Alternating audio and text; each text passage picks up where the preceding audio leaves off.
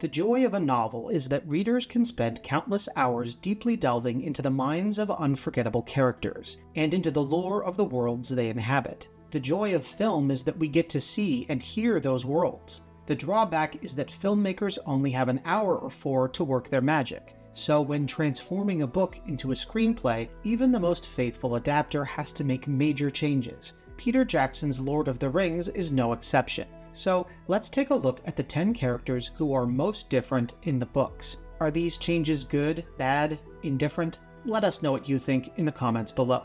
Number 10. Frodo. The truth is that the movies make Frodo look a lot dumber than he was in the book, but first let's dispel one common criticism of Elijah Wood's performance. Elijah Wood was 18 years old when he was cast as Frodo, who is 50 years old when he embarks on his quest to destroy the One Ring. But casting such a young actor actually does make sense. Hobbits have longer lifespans than humans and aren't considered adults until they're 33.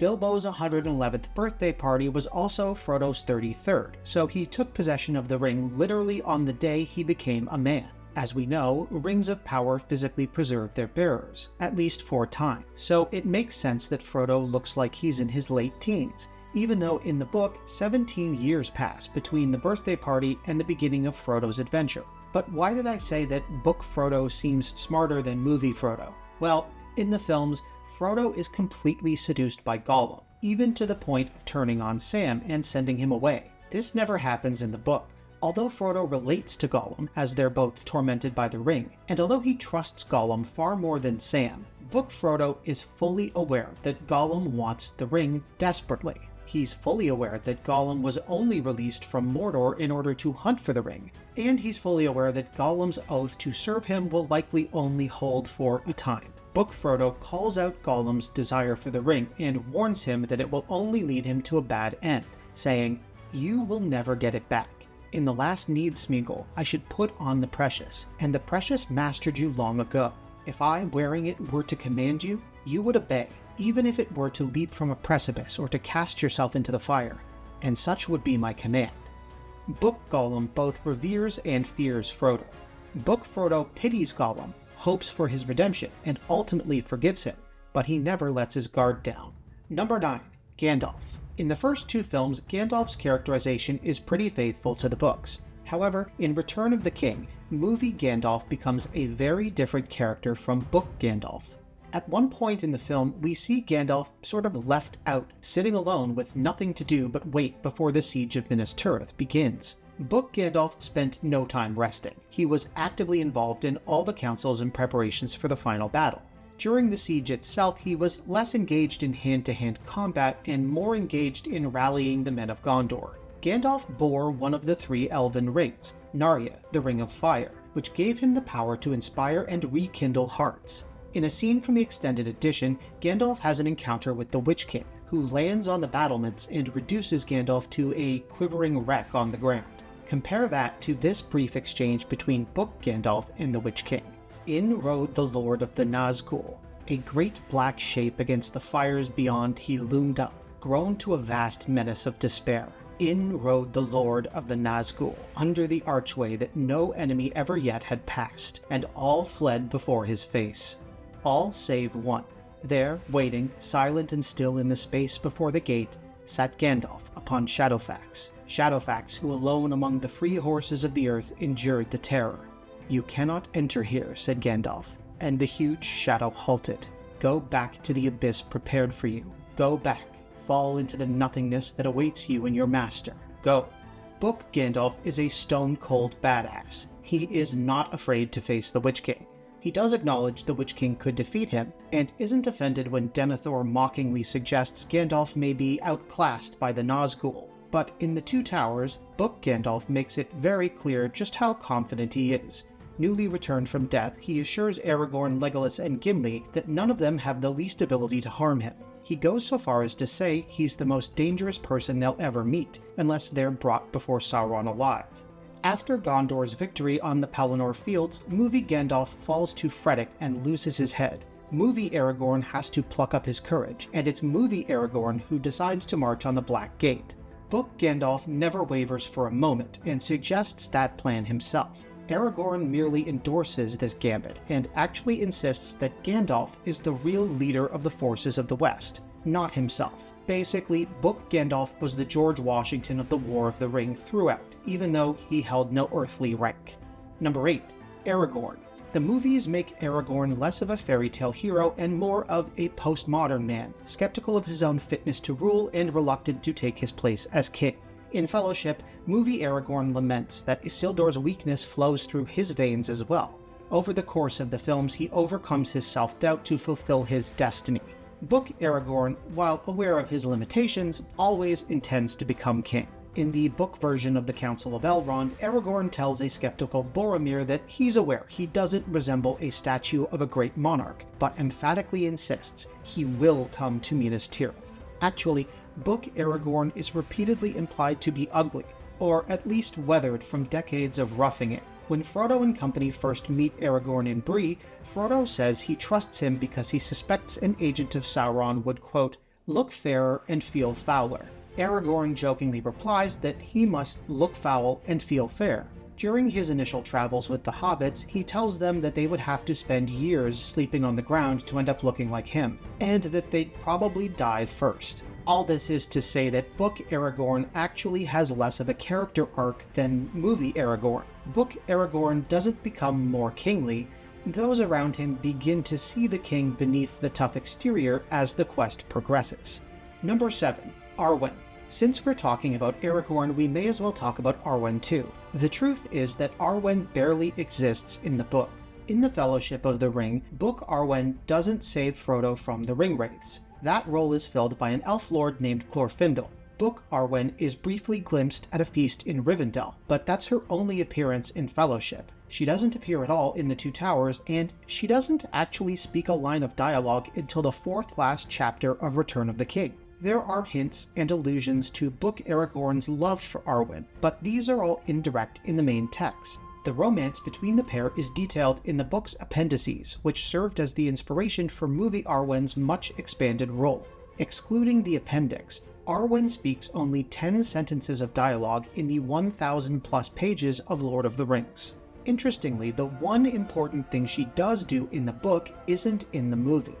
Toward the end of Return of the King, Book Arwen gives Frodo her necklace to help him heal. This also symbolizes her granting Frodo her place on the ship that sails to the Undying Lands at the very end.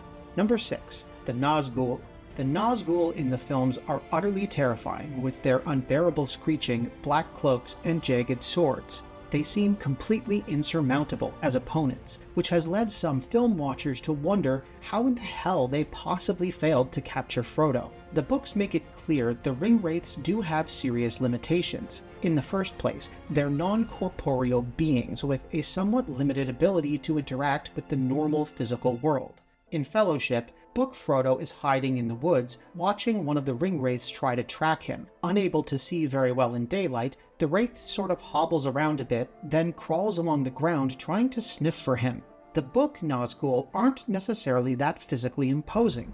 Their greatest weapon is fear, which they naturally inflict on most mortal beings, but they're far more frightening when they're all together, or in dark, lonely places. Book Aragorn tells the hobbits that they're safe from the Nazgul at the Inn of the Prancing Pony because the Wraiths won't attack a house with many people inside unless they're very desperate. Furthermore, the reason the Nazgul appear clothed normally, or as normally as 9 ghosts from Mordor can be, is because they're trying to find the ring without drawing too much attention to themselves. The book Nazgul don't kill anyone in the Shire or in Bree. Instead, they try to wheedle them for information, or convince them to cooperate. Book Sam overhears one of the Nazgul asking his father where Frodo is, moments after Frodo left Bag End. Another Wraith offered Farmer Maggot gold in exchange for information. In the early chapters of the book, we actually see the Nazgul being as non-threatening and diplomatic as they possibly can be. But admittedly, Peter Jackson's Ringwraiths just work better in a movie. Number 5. Saruman. The films depict Saruman as a willing puppet of Sauron, but Book Saruman is far more complicated as a character. Although Book Saruman was ensnared by Sauron through the use of the Palantir, or Seeing Stone, in his heart he was always a traitor to both sides. Sauron could daunt Saruman through the Palantir, but Book Saruman's innermost desire was to acquire the ring for himself, and ultimately use it to overthrow Sauron. Saruman came to desire the ring long before the events of the story. Book Gandalf says that his former friend had spent centuries studying the Rings of Power and was the most knowledgeable person in the world on that subject, apart from Sauron. Through his study of Sauron, Saruman came to envy and ultimately emulate him, becoming a mini-me Dark Lord without even realizing what he was doing. When Book Saruman captured Gandalf, he first proposed that if Gandalf would only turn over the ring, they might work together to defeat Sauron. They could then set the world right themselves. The ends would justify the means. Book Gandalf points out that this is nonsense, since the ring corrupts whoever uses it, and at any rate can only have one master. Book Saruman doesn't die the way he does in the extended edition of the Jackson films. Theoden does meet with him, and Gandalf offers him amnesty, with conditions, in exchange for his assistance. Saruman is obviously tempted to accept, but ultimately proves too proud to surrender himself. Eventually, he talks Treebeard into letting him go, and flees to the Shire, with Wormtongue, where he sets himself up as a dictator. When the hobbits return from their adventure, they defeat him, with relative ease. Following this final humiliation, Wormtongue stabs him in the back, killing him. Number 4. Denethor. Basically, from the moment we meet movie Denethor, he's a madman. He refuses to summon aid from Rohan, orders a senseless cavalry charge that does nothing except nearly kill his own son, and urges his men to flee as soon as the siege begins. I mean, he might as well throw the gates open for Sauron and hang a welcome banner. Book Denethor is a lot more nuanced and has a secret that's never revealed in the film, though it's really the key to understanding his downfall. Book Denethor lights the beacons before Gandalf and Pippin even come to Minas Tirith. Although devastated by Boromir's death, he very much takes charge of preparing the defenses. He sends Faramir to man the walls and forts that surround the Pelennor field in the book, not on a hopeless death ride, and he prepares a cavalry charge to cover Faramir's retreat. While Book Denethor personally despises Gandalf, he does welcome the wizard's assistance. Both Pippin and Gandalf are startled by how much Denethor seems to know about everything and everyone.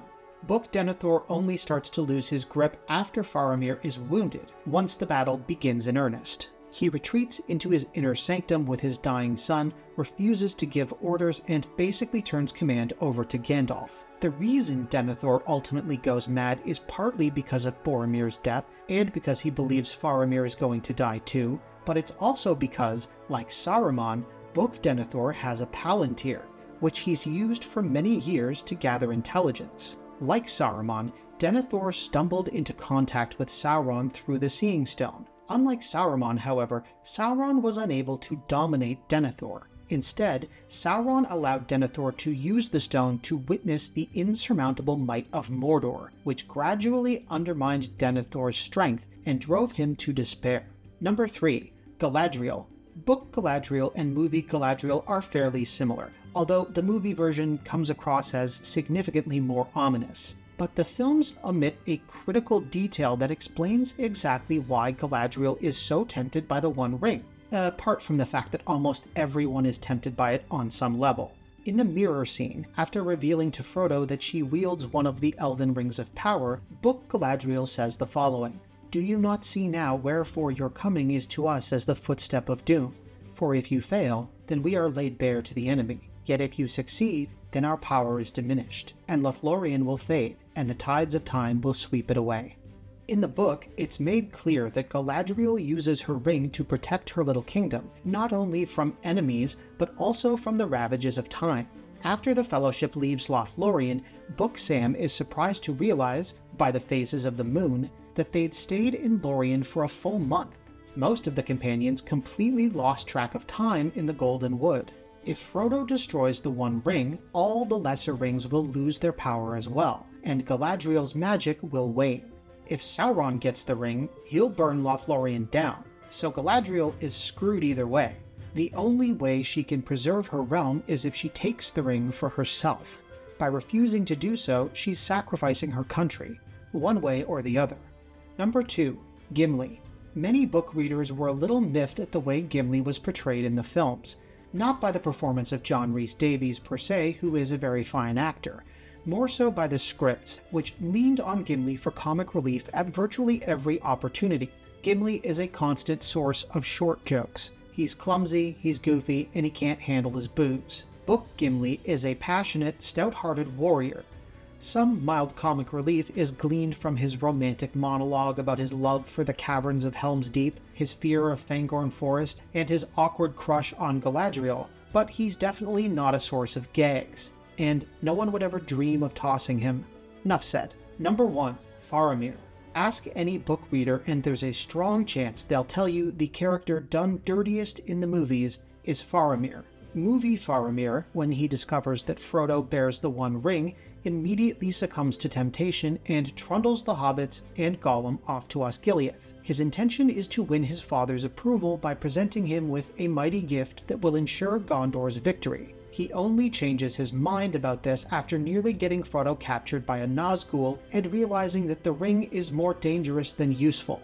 Book Faramir never does anything of the sort. When he first encounters the hobbits, he doesn't imprison them. He briefly suspects Frodo and Sam may have something to do with the death of Boromir, so he does question Frodo sharply in front of his men, but relents when he realizes that Frodo has some kind of critically important secret that he can't reveal. Faramir knows this concerns something called Isildur's Bane. In the books, the continued existence of the One Ring is an ancient secret almost no one knows about, including Faramir.